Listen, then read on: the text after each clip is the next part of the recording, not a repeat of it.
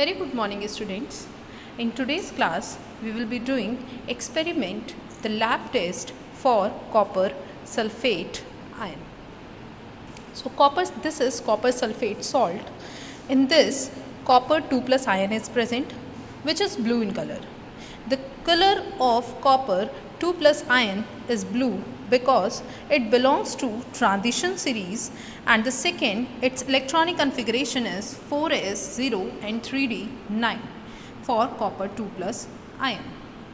To proceed this experiment you need copper sulfate, salt, sodium hydroxide, dilute HCl, nitric acid, ammonium hydroxide, potassium ferrocyanide and H2S gas. This test is dry heating test. You have to take a bit amount of salt and heat it. Now you all can notice the green color flame is coming out. So this is the indication of copper 2 plus ion. Now the preliminary test for copper cation is completed. Now I will proceed with the zero group test for copper cation. Okay, I am taking a bit amount of salt and I will add sodium hydroxide solution in it, and further I will mix it.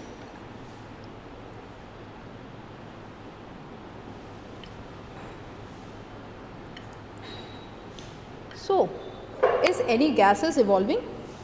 No, there is no kind of gas. Okay. If ammonia gas was evolving here, then it become the first zero group cation. But currently no gas is evolving, and to confirm it I will take a rod dipped in HCl. There is no gas. It means zero group is absent from the given salt. Since zero group is absent, so I will discard this solution, and now I will take the original solution of copper sulfate salt.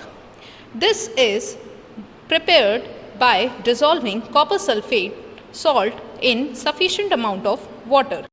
In this original solution of copper sulfate, I will add few drops of dilute HCl, which is the first group reagent of cations. So let's notice, is any precipitate is forming after adding a dilute HCl? No, I am not finding any kind of precipitate here. It is a clear solution. It means in this salt the first group is also absent. Now we will proceed for the second group test. To proceed this test, in this CuSO4 aqueous solution I will pass H2S gas through it. To pass H2S gas through it, I will just dip the delivery tube in the solution. Now you all can notice that the black color precipitate is continuously forming as the gas is passing through this solution, and here the formation of black color precipitate is the indication of second group presence.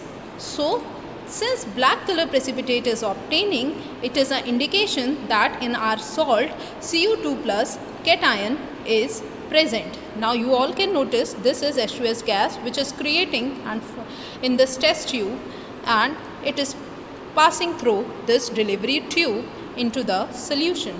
Now you all can notice that our solution turns into black because of the formation of black color precipitate. So finally we have sufficient amount of black color precipitate. Now I will filter this precipitate in this test tube using this funnel. Now students, you can notice this is the same black color precipitate that we have created by passing H2S gas through the CuSO4 solution. Now I will add 50% of HNO3 dropwise in this black precipitate and dissolve this black precipitate.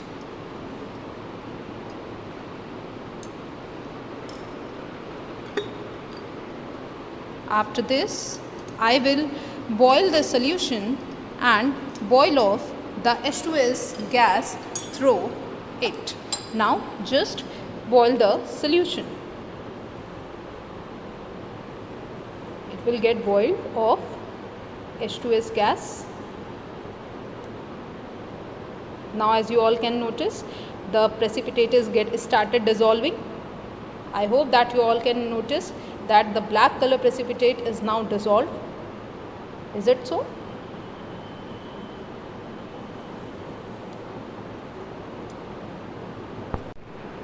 After dissolving the precipitate, now you all can notice the gas is evolving. The evolved gas is H2S gas. Now my solution is continuously boiling and the H2S gas is continuously evolving from this solution. Just wait for a minute. Let the H2S gas be evolved. Just take it in rest for some time. Otherwise, sometime it may also happen that your test tube get broken. So I will just wait for a minute, and now again I will heat it. Okay, finally my H2S gas is evolved. I can check it by smell. Now I will divide this solution in two parts. So this is the first part and this is the second part. Okay, so now in first part I will add ammonium hydroxide solution drop wise. Now everyone just check what is the change occurring in our solution. So this is ammonium hydroxide. I will take my dropper and dip in the solution. Now everyone just notice now you all can notice what is the change in the solution. Students, keep observe the changes occurring in the test tube and the color of the solution. Initially it was light blue in color. Now just keep adding. Now you all can notice the color of the solution converts into dark blue. So finally this is the first confirmatory test for the copper cation. Now you can notice the color of the solution changes from light green, light blue to dark blue. Now in the second part of the solution you have to add acetic acid dropwise into the solution and only few drops are sufficient. Okay, I have added a few drops of acetic acid in the solution. After this, I will add potassium ferrocyanide solution dropwise.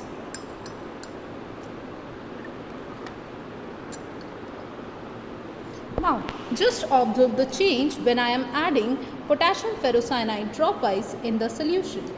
Now, just notice the change in the color. Now, I hope that you all can notice that it is getting converted into the dark brown, chocolate brown you can say, the color. So, this is the confirmatory test for copper cation.